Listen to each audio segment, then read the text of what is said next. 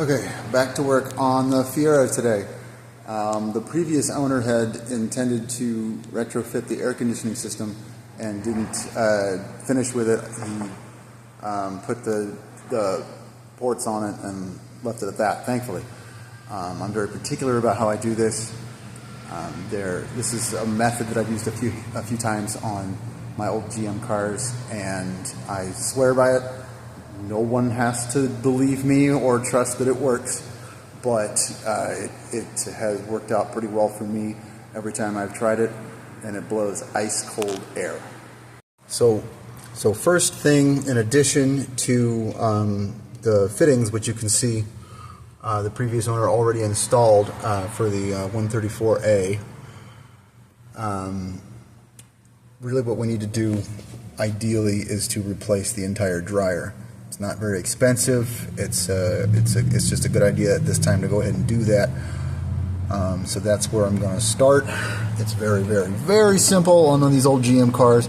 There's a bolt down there that holds that band around it, and then we've got just a couple of fittings up here, and then the switch. It obviously comes off real easy. I've already started loosening these, so I'm just going to get these out and get that dryer out of the way. So it happens to the best of us. This is the old dryer, and this is the dryer that we got ordering by your make and model. There's a glaring problem here, and we can see that it doesn't have a port for the switch. So that derails my project for today. I'll have to find a more appropriate dryer and try this again. Okay, take two on this one. Reordered the dryer, and I got one with 2 service ports on it, so that's going to work much better. This will switch over the low side switch and the low side service port. This being an add-on retrofit piece that comes with sealer in there. That's going to be a pain in the butt to get off of there, but it'll come off. This one, you literally can just unscrew it with your hands. Those aren't on very, very tight. If you go too tight, this plastic will crack. So swap those over, put that in the car. And then the big secret here is to actually, this is what I like to use for oil, the ester refrigerant oil. It's good for the R-134a. This one happens to come with dye in it. That doesn't matter. That makes it easier to check leaks later on, so that's always a good thing. But the ester oil will not cause problems with the existing mineral oil that's in the system from the old R-12 charge. If you use PAG oil, that will create black death, and you will destroy the entire AC system. So we don't want to do that. This is what I've used. I'm going to put the appropriate amount into the dryer, and then the system will work fine, and I'm going to charge it up to 70%, and it will be ice cold. So that's what we're going to do next. Okay, now before we go and put the dryer back in, right here I have to undo this connection, and we can see there's a little notch, a little crimp in the tube right there. That's where it hides the orifice tube. So I have to open this connection and pull the original orifice tube out of that hose. Okay, what I neglected to mention just a second ago was that this whole little section, this whole tube has to come out. That'll make it a lot easier to access the orifice tube. Unfortunately, this one doesn't look real healthy. So I'm gonna do my best to fish that out of there and then see what it all looks like. Okay, I was able to get it out of there. It's easy enough actually. If you take the whole pipe out like that, then you can just get a really long screwdriver and push it out from the other end. Looks like someone attempted to get it out with some pliers or something previously in its life, so I get a good resolution on that. And it got twisted, and the tip broke, and there is a decent amount of buildup on it. I'm just going to go ahead and send it. Keep going forward, see how it runs. If we do have a trash compressor, then, well, it was already trash.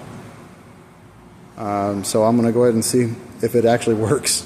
The previous owner said that it will, so I'm kind of just going on faith with that one. And here is one of the other tricks to making the retrofit work, and that is the orifice tube. This is a blue one.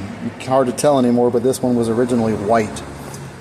The white ones have a larger orifice, and you can see through the screen, that's the orifice in there. That's the restriction that creates the pressure differential in the AC system that allows it to cool. The orifice in this blue tube is slightly smaller. I don't remember the actual size anymore compared to the white one. The white one here, this was what GM put in all of their old R-12 systems, and it really just, it's okay, but it isn't up to snuff when you want to run R-134a. This blue one, how did I look this one up? If you look it up for a 1989 or a whole bunch of other years too, but that's the year that I picked, Ford Mustang GT, this is the tube that came in that car, and it will work great in any GM system. They are the same size as the original GM orifice tubes. It does have an extra O-ring on it, but that's not going to make a difference. And I'm telling you, this is the key to making these old GM R12 systems run great on R134a. Okay, new orifice tube is loaded into the pipe. There will be a new O-ring here on the line in the car, and a new O-ring here, of course, on this end of the pipe. All these connections that we undo, I'm going to use new O-rings, because boy, you'd hate for that to leak when you could have just put a silly little O-ring on it. Okay, dryer is installed. The orifice tube pipe is back in place. And the last little thing is right here in the switch.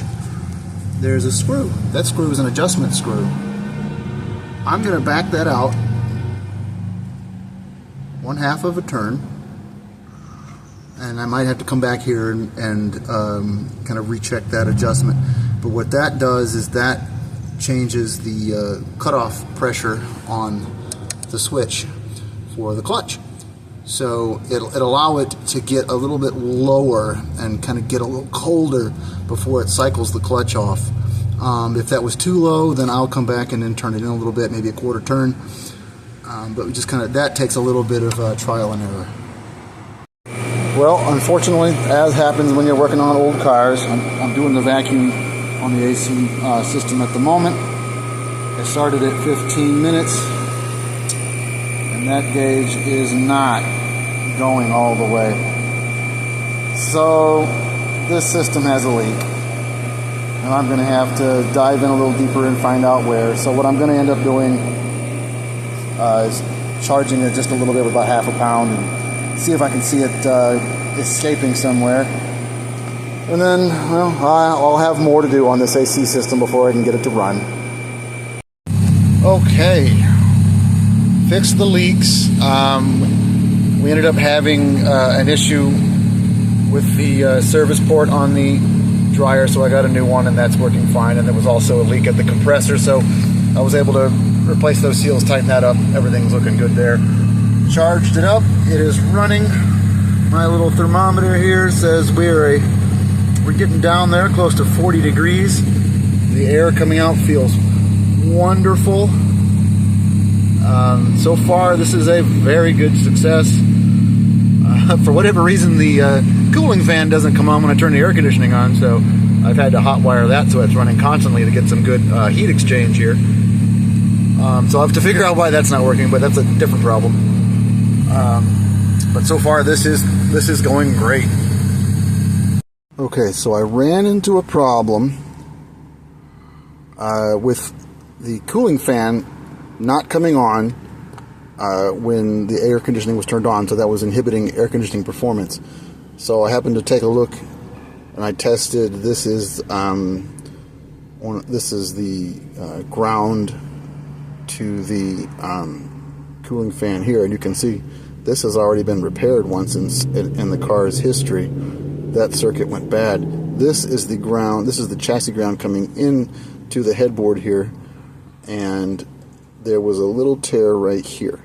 So I did a terrible job. I am not even proud of that. I hate that I'm putting this out there, but my soldering gun is, the tip is going bad, and I cannot do precision soldering right now for shit. So I might come back later and fix that. But I've tested when hitting the switch to make sure I am now getting ground on this terminal, that there is continuity from here to here, and there is. It's 0.1 ohms. That's what I need it to be, at least for now. So that should make everything work.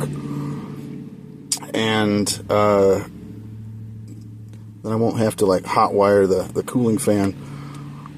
The cooling fan in this car has been an ongoing issue. So this is at least one item that I'm taking care of. Okay, so it's working great now.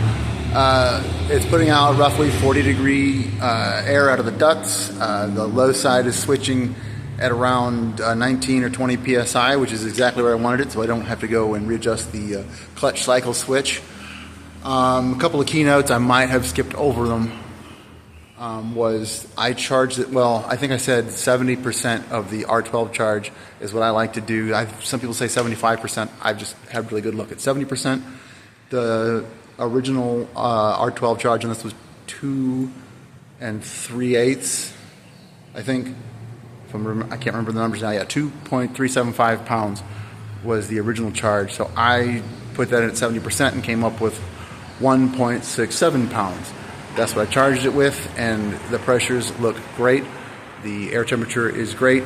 I'm real excited because now I have a fun car to drive in the summer that also has working air conditioning. My old Monte Carlo, I took the air conditioning out of that a long time ago. Always said I'd put it back in, never did.